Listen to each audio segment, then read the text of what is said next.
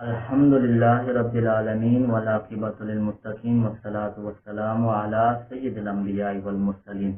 اما بعد اعوذ باللہ من الشیطان الرجیم بسم اللہ الرحمن الرحیم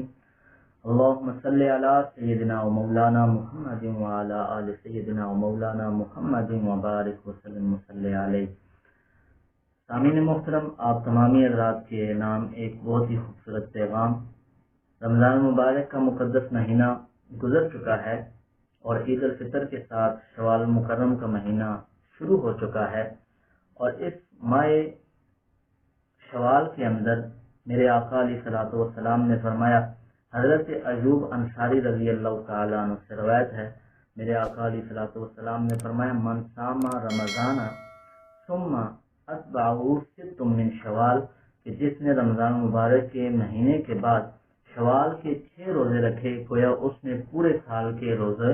رکھے اور رب تعالیٰ اسے پورے سال کے روزوں کا ثواب عطا فرماتا ہے۔ اور اسی طرح جس نے ایک نیکی لائی اسے 10 نیکیوں کا ثواب ملے گا۔ تو رمضان مبارک کے 30 روزے رکھنے سے گویا کہ اسے 10 مہینوں کا ثواب ملتا ہے، اور اسی طرح جس نے 6 روزے رکھے اسے رب تعالیٰ 60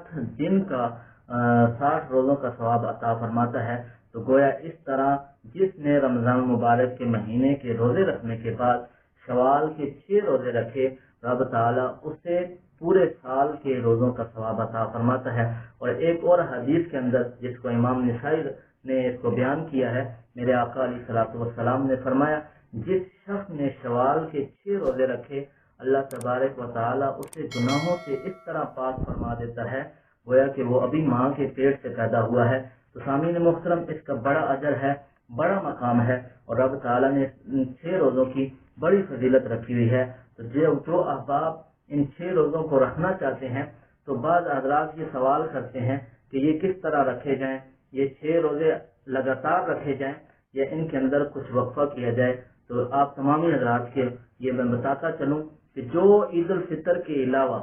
جس طرح بھی مرضی ہے، اگر وہ لگاتار روزے رکھنا چاہتا ہے تو وہ لگاتار بھی رکھ سکتا ہے، اور اگر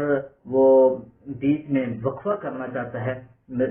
یعنی کہ ایک دن چھوڑ کر ایک دن روزہ رکھتا ہے یا چند دن چھوڑ کر پھر ایک روزہ رکھتا ہے، تو اس طرح بھی رکھے جا سکتے ہیں، اس میں کوئی حرج نہیں ہے۔ تو میرے آقا علیہ الصلوۃ والسلام نے فرمایا، جس نے رمضان مبارک کے روزے رکھنے کے بعد 6 روزوں کو رکھا، رب تعالیٰ اسے پورے سال کے روزوں کا ثواب عطا فرماتا ہے۔ اللہ تبارک و تعالیٰ سے دعا ہے، اللہ تبارک و تعالیٰ ہمیں